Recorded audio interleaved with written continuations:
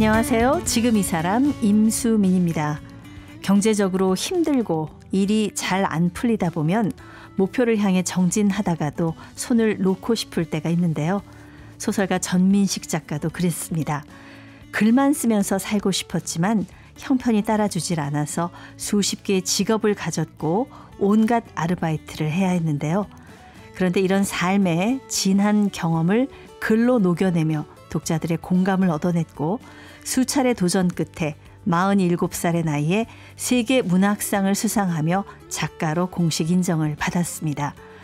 늘 할 수 있다는 믿음으로 버티면서 자신의 소설이 삶의 희망과 위로가 되길 바란다는 생활 밀착형 소설가 전민식 작가 지금 만나봅니다.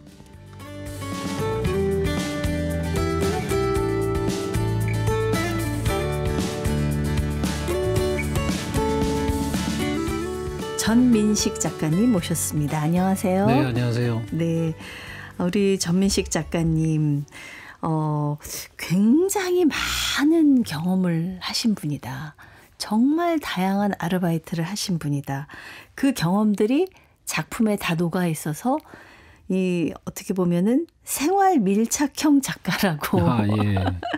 이렇게 불러도 좋을 것 같은데 어떻습니까? 진짜 많은 일들을 해오셨나 봐요. 예. 네. 뭐 상황 때문에 어쩔 수 없이 아르바이트를 네. 많이 했던 거고,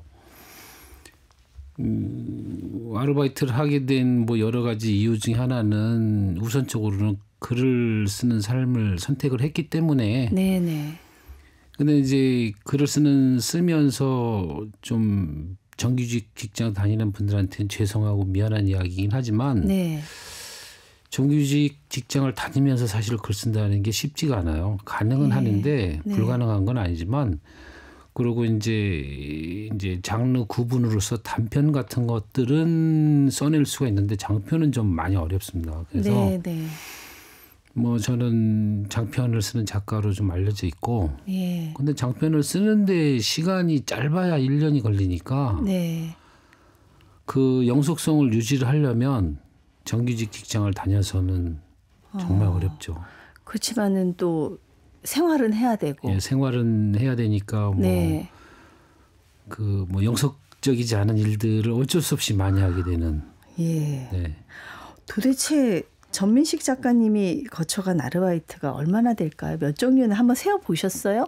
세워본 적은 없는데 뭐 이번에 기회가 돼서 생각을 해보니까 한 20가지 정도 정도는 되는 것 같습니다. 더 되면 더 됐지. 어떤 일들 기억나는 거 있으세요? 방수. 방수 무슨 이제 욕실 방수. 그 방수 작업 좀 전문적인 게 필요한 거 아닙니까? 약간. 가서 조금만 배우면 됩니다. 그래요? 예, 그러니까 네. 이제 제가 했던 데가 저기 을지로에 있는 호텔에 네. 한 층 전체의 욕실을 리모델링을 해요. 네네. 그러면 리모델링을 위해서 뭐 타일을 붙이기 전에 물이 안 새게끔 방수를 하는데, 네. 거기서 잠은 못 잤지만 그래도 거기서 그 욕실 방수. 그러네요. 네. 뭐 방수, 그다음에 뭐 이삿짐은 많이 했고요. 이삿짐. 네, 뭐 철거.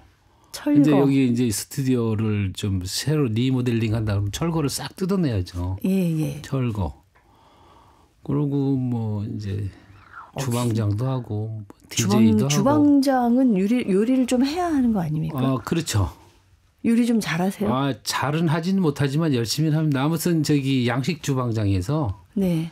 양식 주방은 한식 모르겠습니다. 양식을 폄하하는 건 아니지만 네. 한식보다는 조금 수월하게 배울 수 있는. 아니 주방 보조를 안 하시고 주방장을 하셨다고요? 처음에 이제 들어가서 배우죠. 한 2-3달 배우고 이제 그 사장이자 주방을 같이 보는 이런 분들이 이제 전수를 해주면 그거 이제 그대로 익어서. 약간 레시피가 계속. 있으니까. 네. 뭐 웨이터도 좀 하셨다고 그러던데. 웨이터는 아주 어렸을 때. 아주.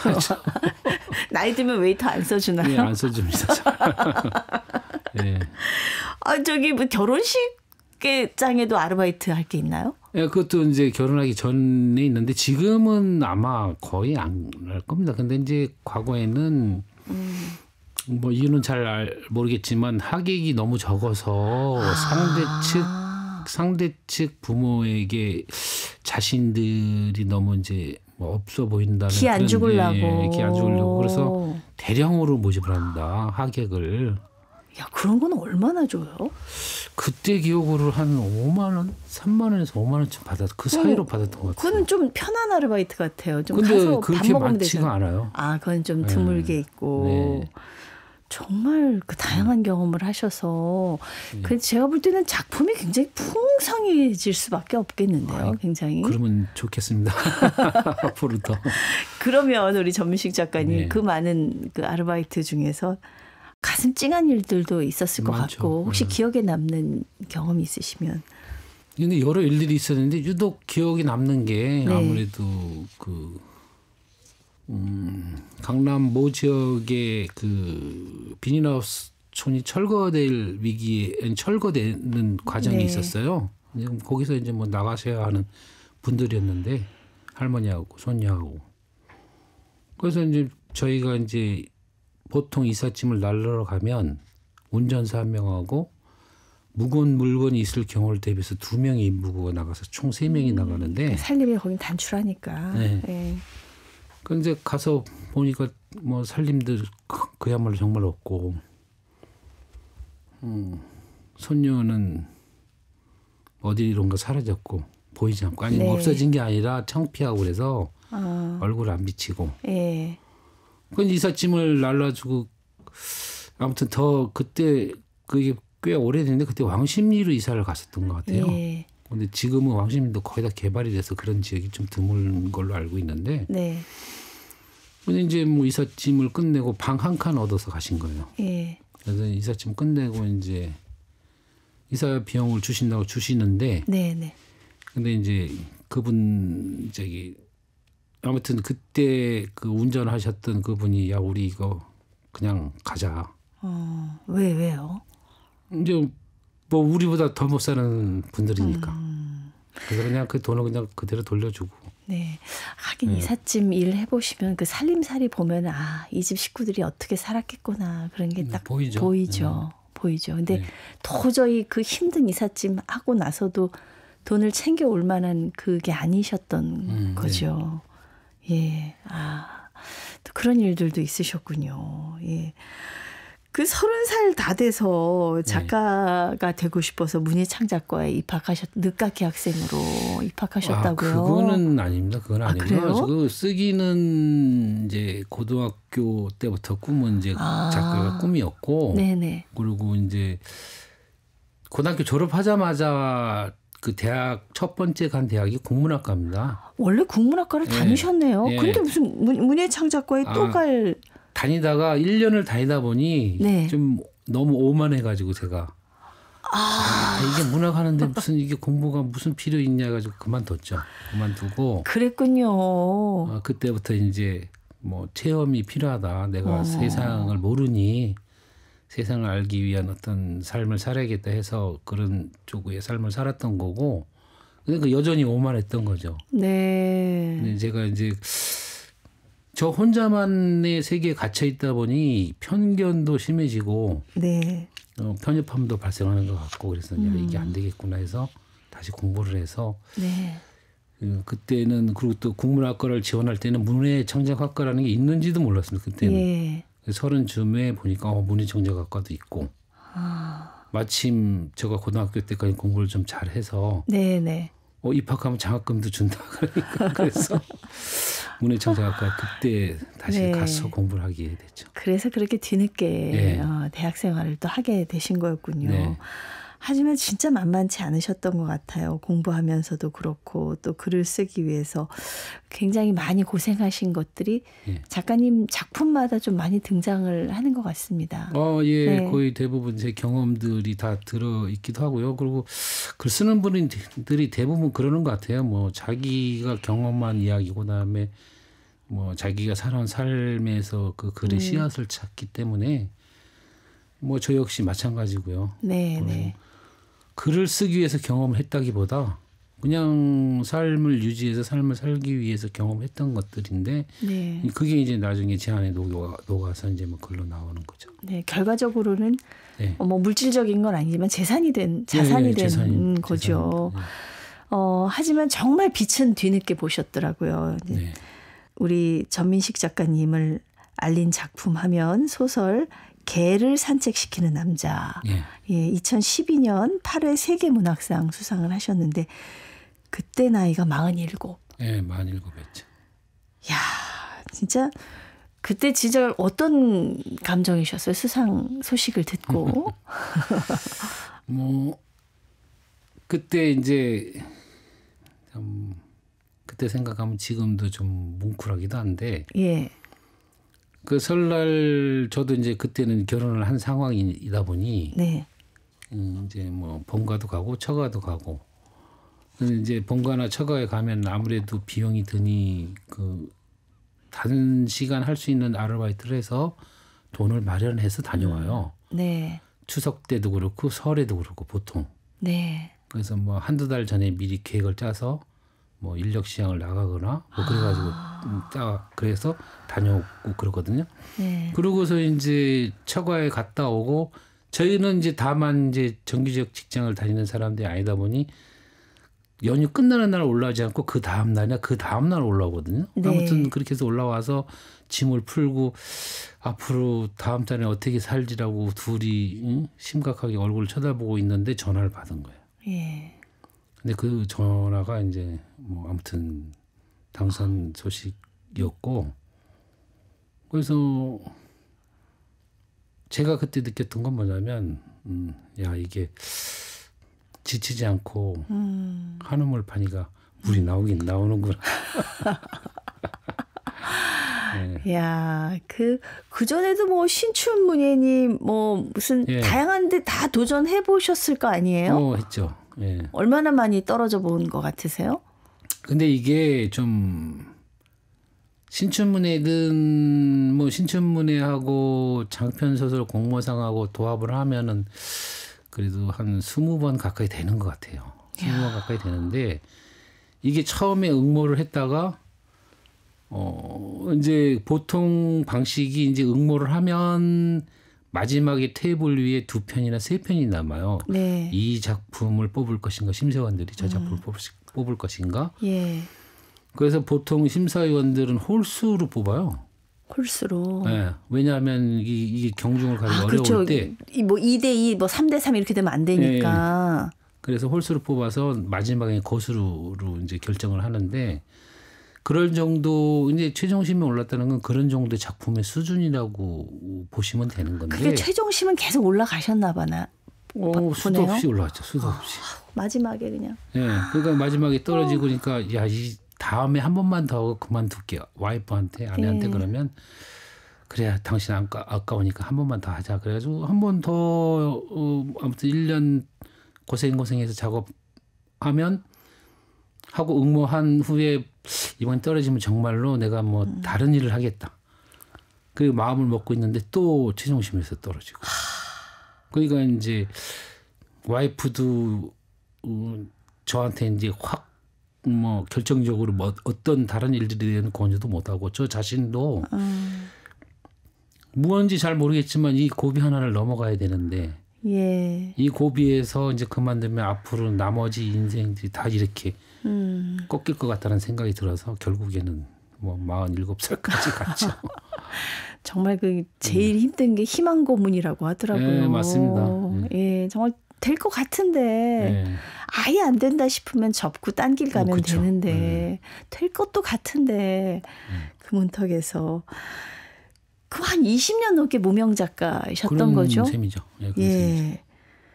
뭐 진짜 나 재능 없는 거 아니야? 그만둬야 되는 거 아니야? 이런 생각 해보셨을 것 같습니다. 많이 했죠. 네. 날마다 하죠. 지금도 하죠, 사실은. 지금도. 네.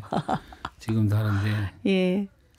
처음에 막 그 소설가를 데뷔하던 시절에는 뭐 세상을 다 얻은 것처럼 어떤 그런 기분이 들긴 했지만 세월이 지나면서 이제 뭐 저희 스승들이나 뭐 선배 작가들이 하는 말들 중에 이번에 쓴 작품보다 다음에 쓸 작품 훨씬 잘 써야 된다는 그 압박과 중압감을 늘 느껴요. 그래서 그냥 열심히 잘 쓰면 되겠지라고만 생각을 했는데 저도 이제 그런 걸 좀 이제는 느끼고 있고 네, 그래서 새로운 작품 하나 써냈는데 왜 이 작품이 이렇게 형편없지 제 자신이 판단하기에. 그래서 내가 이 순간에도 내 이 길을 잘못 가고 있는 거 아닐까라는 뭐 그런 생각은 늘 하고 있습니다. 열심히 쓰고는 있지만. 네. 근데 어느 분들 창작하시는 분들은 항상 그런 고민에 부딪힐 것 같다는 생각이 들어요. 이 개를 산책시키는 남자는 어떤 내용이었어요? 뭐 말 그대로 이제 개를 산책시키는 한 청년의 이야기이긴 한데, 그 친구도 이제 아르바이트로 개를 산책시키는 일을 하는 청년인 거죠. 네. 이거는 그 친구 중에 지금은 만나지 않지만 그 어머니 아버지가 이제 그 의사인 친구가 하나 있었어요. 네. 병원도 운영을 하고 굉장히 잘 사는 친구였죠. 근데 그 친구가 결혼을 한 후에 이제 뭐 얼마 지나지 않아서 이혼하고 혼자 살고 있었는데 강아지를 한 마리를 키웠습니다. 좀 비싼 이름은 지금 기억이 안 나는데 비싼 강아지 하나 키웠는데 어느 날 이 친구가 전화가 와가지고 우리 집에 좀 와서 한 며칠 묵을 수 있냐 그래서 뭐 때문에 그러냐 자기 이제 골프 치러 뭐 어디 태국인가 어디로 간다는 거예요. 네.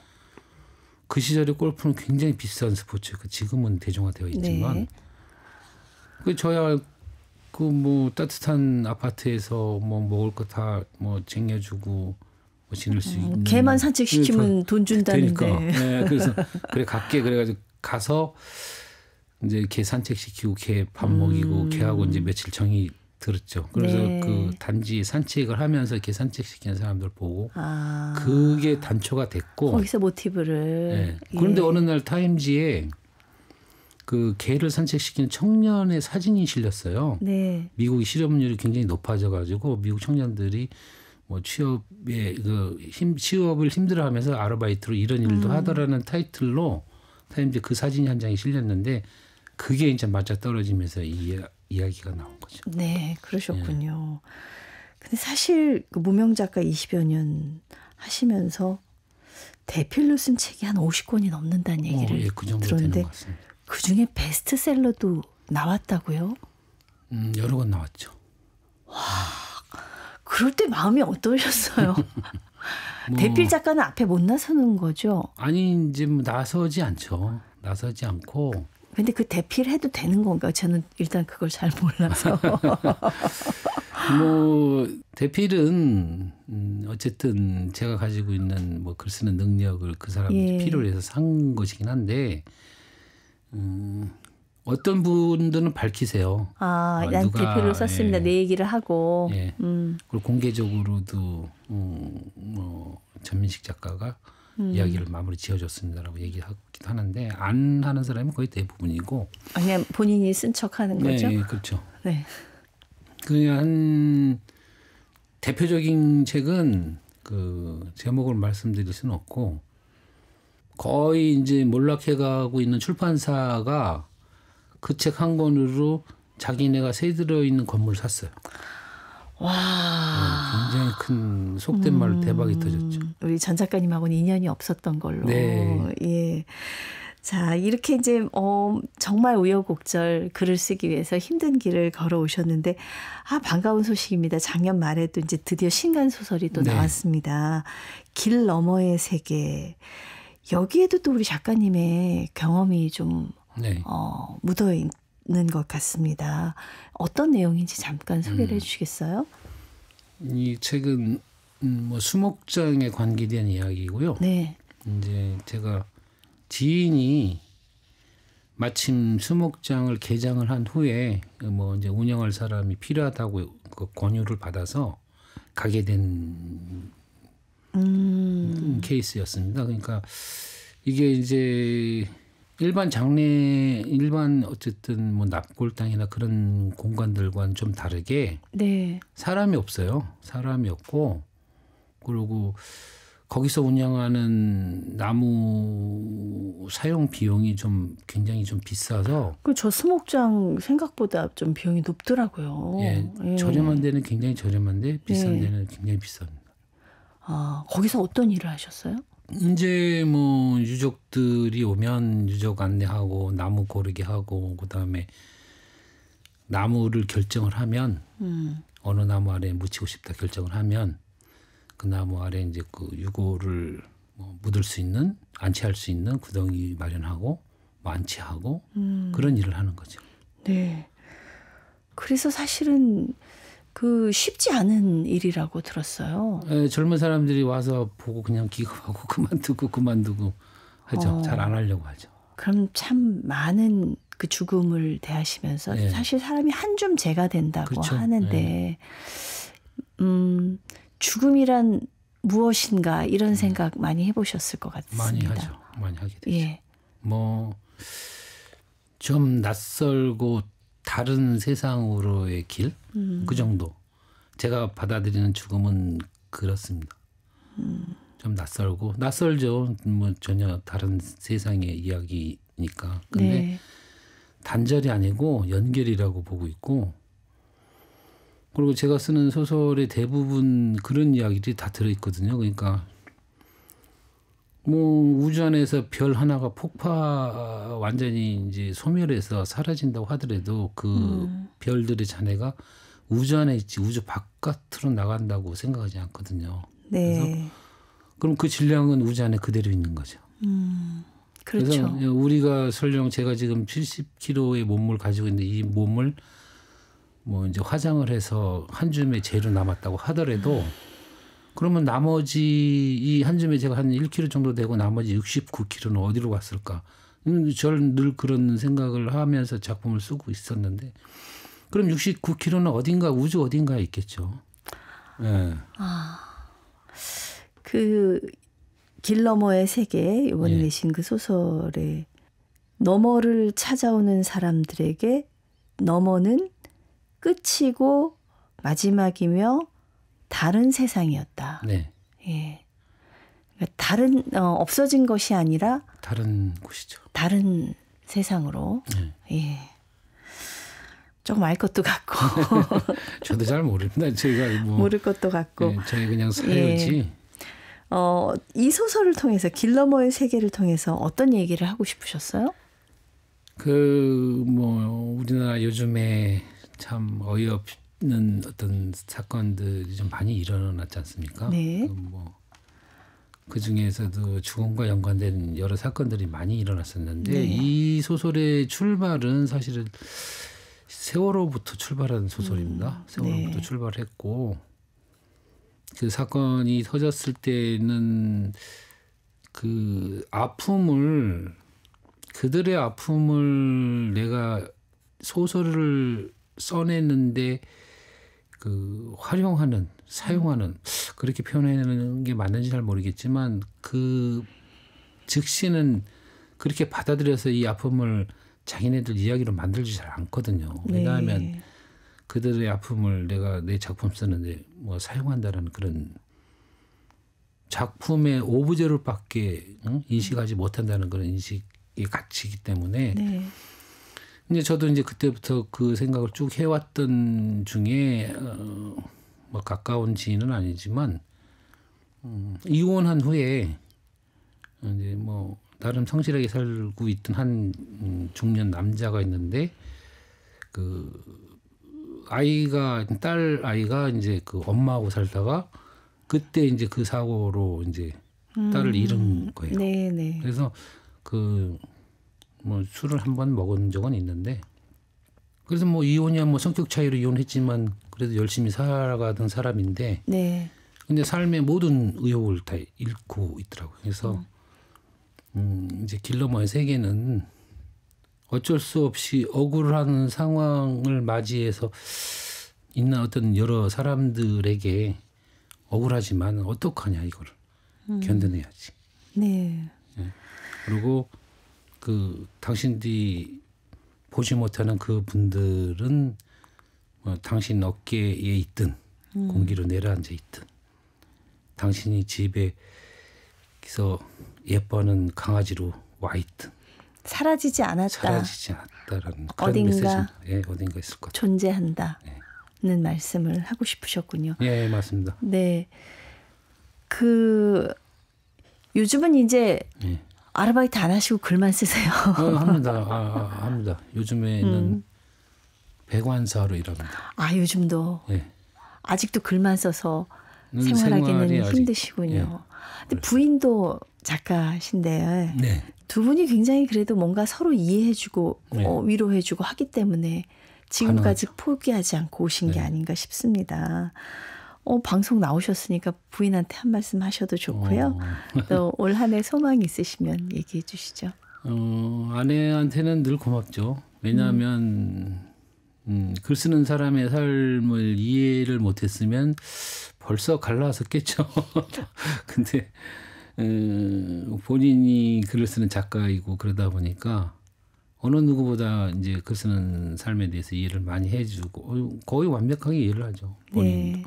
그리고 제가 이런 식의 삶을 사는 것에 대해서 불편하고 뭐 어려운 순간들을 부딪히긴 하지만 같이 견뎌주니 제가 태어나서 받은 복 중에 가장 큰 복이죠. 네. 글을 쓰는 부인을 만나는 것은. 네. 그래서 뭐 항상 고맙고요. 그렇죠. 그리고 바람이 있다면 그겁니다. 제가 이제 그 시간이 너무 없어요. 그러니까 지금 이제 배관사로 일을 하고 있는데 통상적으로 5시에 일어나서 7시까지 출근해서 집에 오면 5시입니다. 오후 네. 5시. 그때 이제 씻고 제가 작업하고 필요한 텍스트 읽고 빨리 자면 1시쯤 잠듭니다. 아이고. 12시, 1시 사이. 그 생활을 지금은 한 1년 넘게 유지를 하고 있어요. 잠이 너무 부족하시겠어요. 많이 부족한데 네. 이제 제가 쓰는 책으로 생활하는데 어려움이 없을 정도의 판매가 이루어져서 네. 제가 이제 글 쓰는 데 집중하고 제가 읽어야 할 책들을 읽는 시간이 주어졌으면 하는 그 바람밖에 없죠. 네. 작가님이 오로지 진짜 이 창작에만 전념하실 수 있는 그런 환경이 되기를 저도 정말 응원하겠습니다. 감사합니다. 네, 말씀 감사합니다. 네. 네, 삶의 체험을 소설로 써왔고 최근에는 수목장에서 일한 경험을 담은 소설 길러머의 세계를 출간한 전민식 작가였습니다.